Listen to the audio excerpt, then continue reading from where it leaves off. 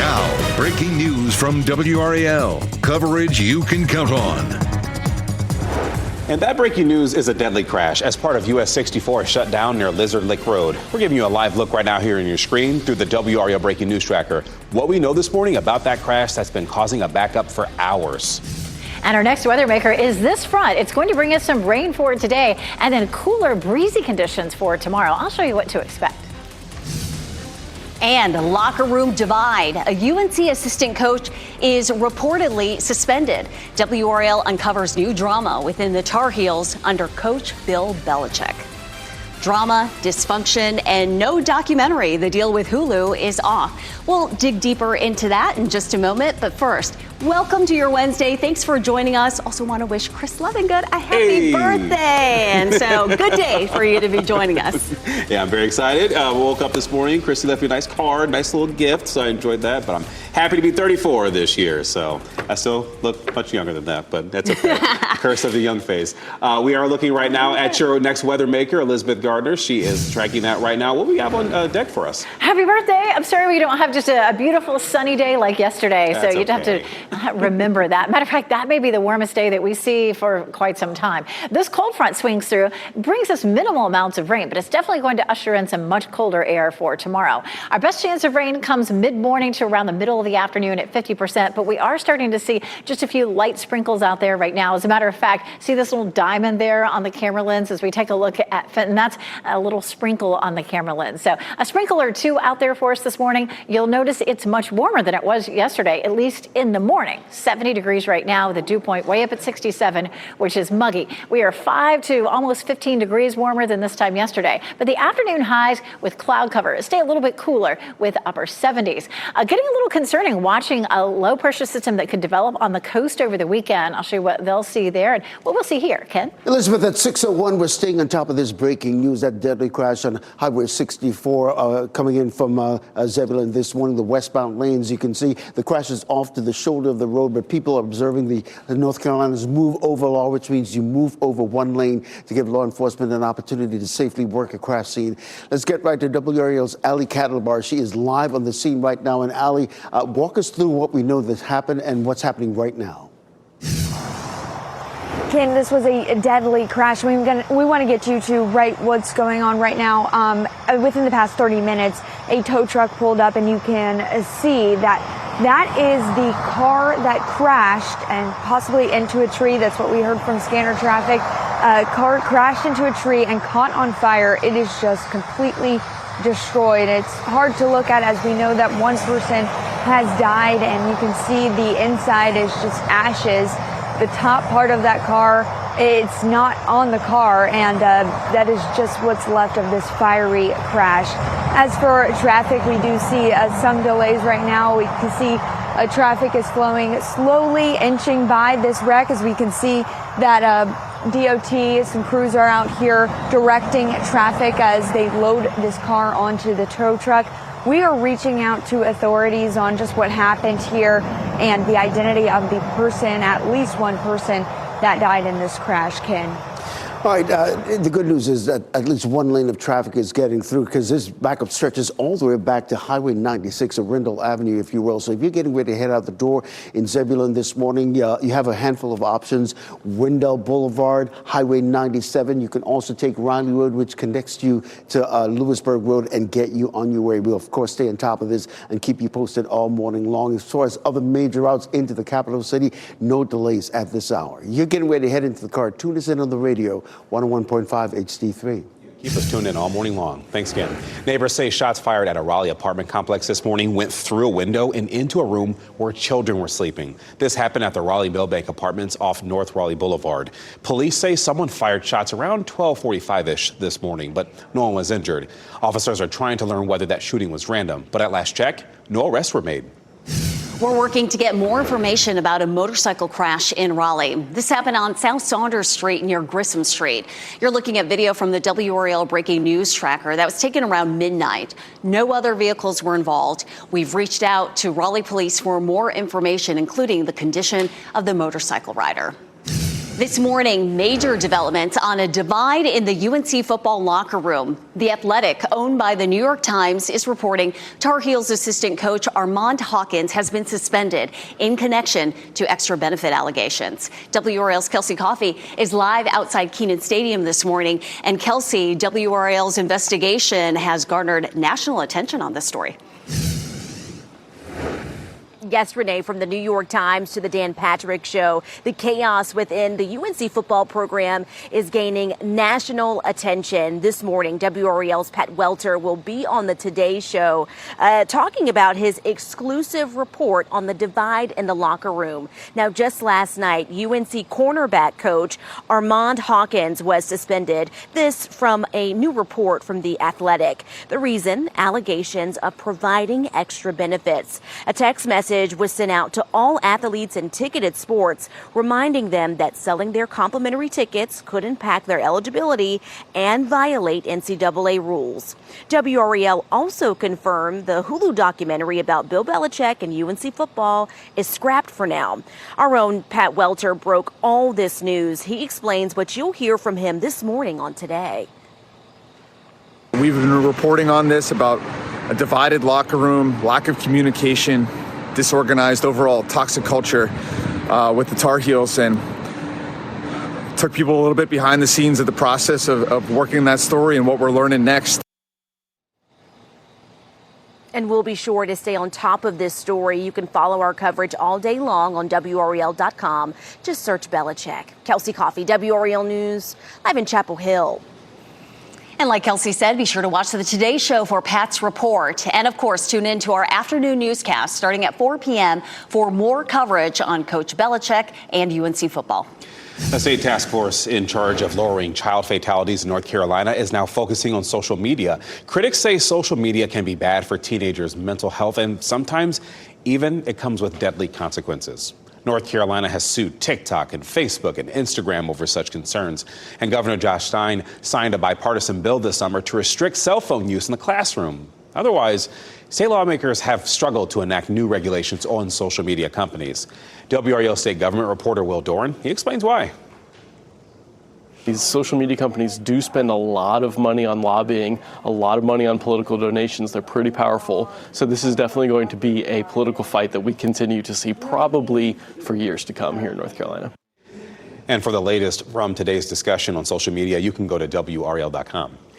A state-level version of President Trump's Department of Government Efficiency also meets today in Raleigh. Republican state lawmakers set up their own committee on government efficiency after Trump's made headlines earlier this year with efforts to cut costs. WRAL state government reporter Will Doran says this state-level effort will take more time than at the federal level. So far, the state committee has also been much less active than the federal DOGE group. Today's meeting will be just the second one since this task force was formed in January. Head online to WRAL.com later today for more on what this government efficiency group wants to focus on. Former FBI Director James Comey will be arraigned today, and he's charged with making false statements to Congress and obstruction of a congressional proceeding.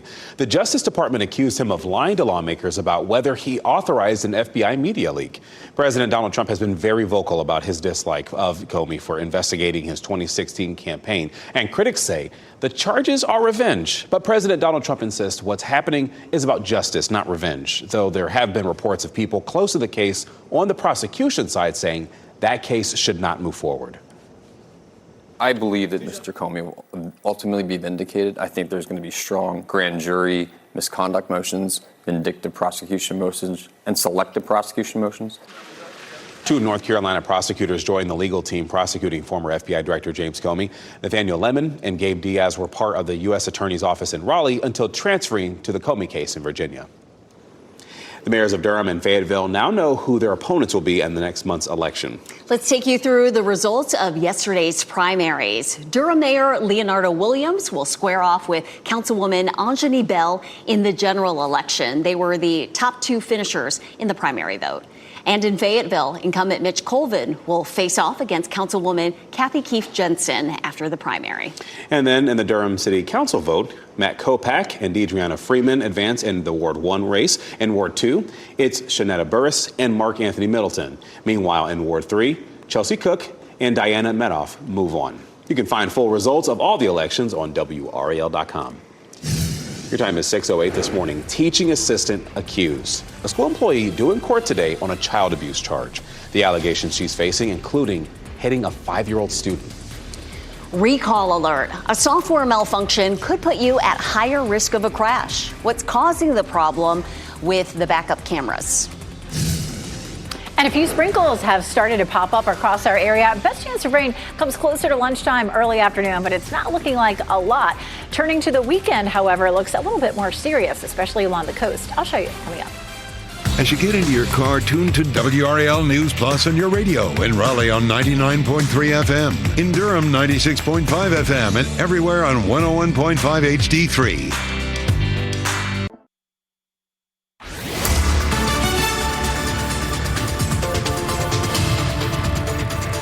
6:12, time for a tropical update. Tropical storm Jerry formed yesterday. It is slowly strengthening, but moving really fast. It could reach hurricane strength by late tomorrow, early Friday. Minimal impact to land. It looks like this one's going to turn out to sea, which is definitely good news. Right now, it's moving northwest at 23 miles per hour, about 900 miles from the Leeward Islands. And then, of course, this landmass here is South America. Winds right now at 50 miles per hour, but again, could reach hurricane strength by the time we get to late tomorrow or early on Friday. It makes that northerly turn, just missing the northern Leeward Islands, and then it takes another right turn and just misses Bermuda. Now, typically, a system here could have some impact in North Carolina in terms of rip current danger. But over the weekend, we're actually going to see a coastal low forming right on our coast, which could have more significant impacts. We'll take a closer look at that coming up. Ken? Elizabeth, weather and traffic every 10 minutes. We're staying on top of that breaking news now in Zebulon. This deadly crash on Highway 64 westbound near Lizard Lake Road. You can see that crash is off to the shoulder of the road. One lane of traffic is getting through because many people are observing the move over law. We have a live report coming up at the bottom of the hour. So if you're getting ready to head out this morning, you got a couple of options. You got Wendell Boulevard. You also have Highway 97. Also have Highway 96, Zebulon Road. That's an opportunity to get around what's happening on Highway 64 westbound. And Chris, coming up in just a few minutes, I'll look at some of those drive times coming in to the capital city on some of our other major routes. All right, we'll come back to you in just a bit. Thanks, Ken. An Edgecombe County teaching assistant accused of hitting a child is supposed to be in court today. Family members say the victim is 5 years old and has autism. Regina Gray was charged yesterday with assault by strangulation and child abuse. Investigators say the school district notified the sheriff's office about that case at G.W. Bullock Elementary School.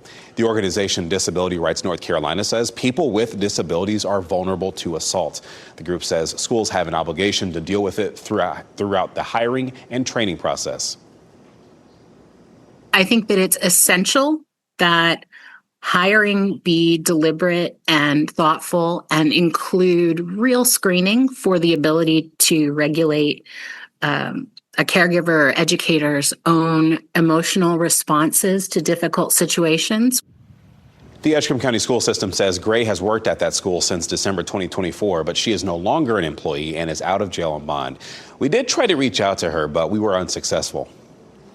Toyota is recalling over 300,000 vehicles for issues with the rear view camera. Federal traffic safety regulators say cameras may not display properly when backing up, increasing the risk of a crash. Toyota says the malfunction is caused by a software problem. The 2022-2025 Toyota Tundras, Tundra hybrids, and the 2023 to 2025 Sequoia hybrids are included in this recall. You can take your car to the dealership to get an update to fix the issue free of charge. And happening right now in the WRAL Live Center, another day, another Nobel Prize winner, 3, this time for chemistry. Susumu Kitagawa, Richard Robson, and Omar Yagi share the Nobel Prize in chemistry. This is for their collaborative work and the development of metal organic frameworks. This is actually a live look right now at the announcements happening. It was the 3rd prize announced this week. Robson is affiliated with the University of Melbourne in Australia. Kitagawa with Japan's Kyoto University, and Yagi with the University of California, Berkeley. The Literature Prize, that will be announced tomorrow. The Nobel Peace Prize, that will be announced on Friday. And then the Economics Prize, that will be announced next Monday. Michelle, thanks.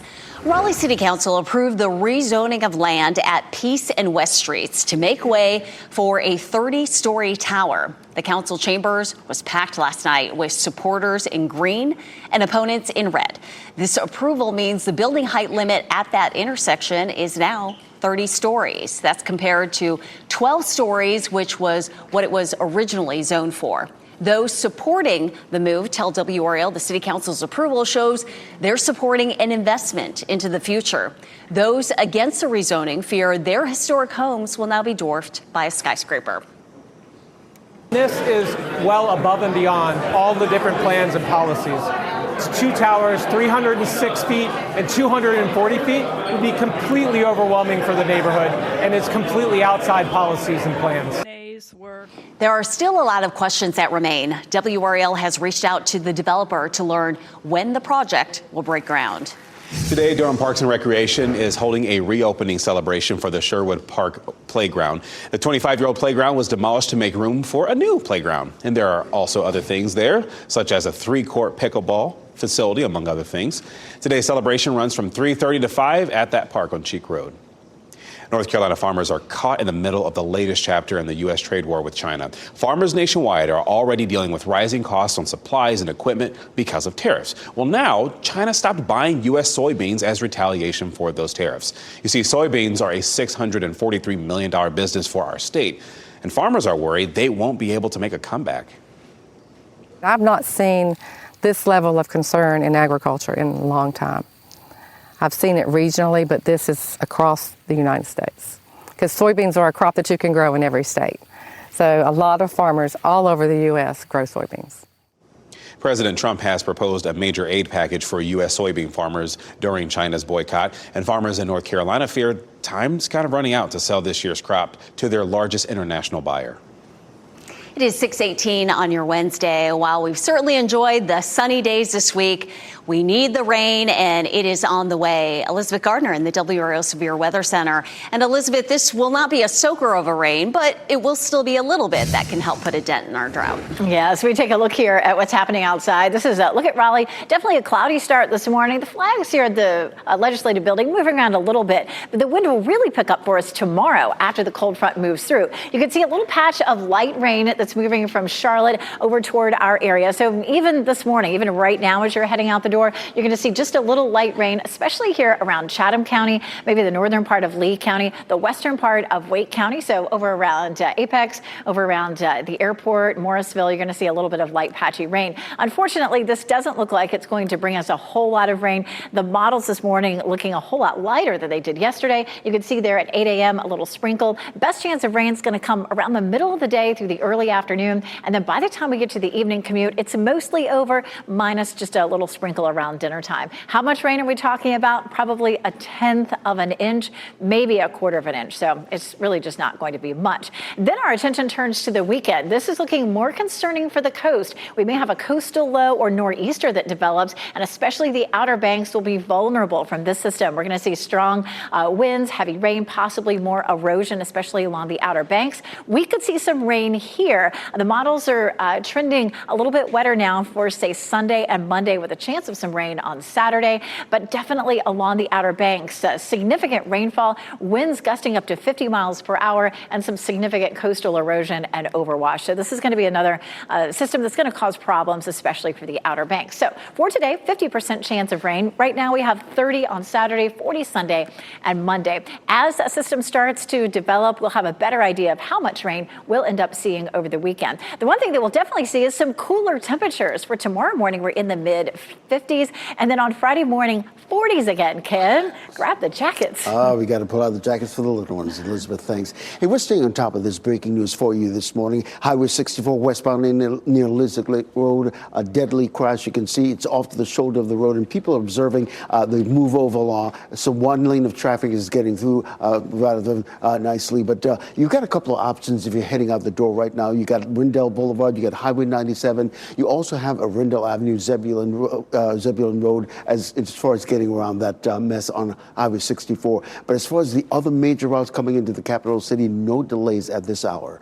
You're getting ready to head into the car, though. Tune us in on the radio, 101.5 HD3. Thanks, Ken. Using AI in Wake County schools. Some say it will help make learning more efficient. The concerns others have about how reliable that new technology will be. And saving big on groceries. 5 on your side has the 5 steps you need to know if you're trying to save some big money when you shop. Wake County Public Schools is working with Amazon to focus on how the district could use AI. Amazon wants to integrate AI into how the district collects and organizes data on student success. This could also mean making lunch lines and bus routes and other procedures more efficient. While there is interest from the board members, well, there's also concerns such as the reliability of AI for certain uses.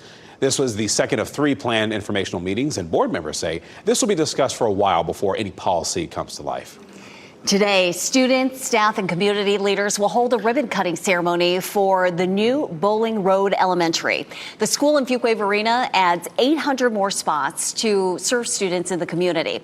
Today's ribbon-cutting ceremony will be at the school over on Bowling Road. It will also be outside, weather permitting. Remarks from district and local officials begin at 10 a.m. A new face entering the universe of The Witcher. And a new documentary honoring a late comedian. Ken Smith is here now with what's trending. Yeah, Chris and Renee, Liam Hemsworth taking on the reins in the trailer The Witcher Season 4.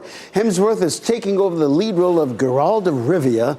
The role was previously held by actor Henry Cavill, who left the series back in 2022. Now, Hemsworth said in an interview he was pretty hesitant about joining the cast mid-show, but he's a fan of the video game. He thought I could do something cool. Some people have had mixed reaction just because, I mean, Henry Cavill, he did a really good job of that role. So, hard to see, though. But you like Liam Hemsworth. He's a good actor, right? You had me at Liam Hemsworth. I mean, Henry Cavill, also great. So she's like, you can't miss. I was paying attention. I was really paying attention to that story. So listen, the late comedian John Candy trending this morning, more than 30 years after his passing. His story is being told through the eyes of his children in the new documentary, John Candy, I Like Me. The film dives into Candy's life on and off screen, exploring his career, family, and personal struggles through never-before-seen home videos and stories. He was such a beloved comedian. The project was sparked by a viral tribute video from Ryan Reynolds and then helped bring the story to the screen. And they turned to director and actor Colin Hanks, son of Tom Hanks. The documentary is available to stream on Prime Video starting Friday. Yeah, I've seen some extras from it. It's definitely going to be a touching piece. Sure, it's moving. All right, thanks, Ken. Your time is 6:26 this morning. Deadly crash. We want to give you a live look at that scene on US 64 in Wake County, now back open after the crash. What we're learning about it happening over 3 hours later. Plus, locker room fallout. A UNC football assistant coach suspended as WRAL investigates into the Tar Heels. The major developments as Chapel Bill is off to a rocky start. And a few sprinkles now starting to pop up. You can see just a little bit of sheen here on the road in Apex. I'll show you where you could run into some light rain for your morning commute.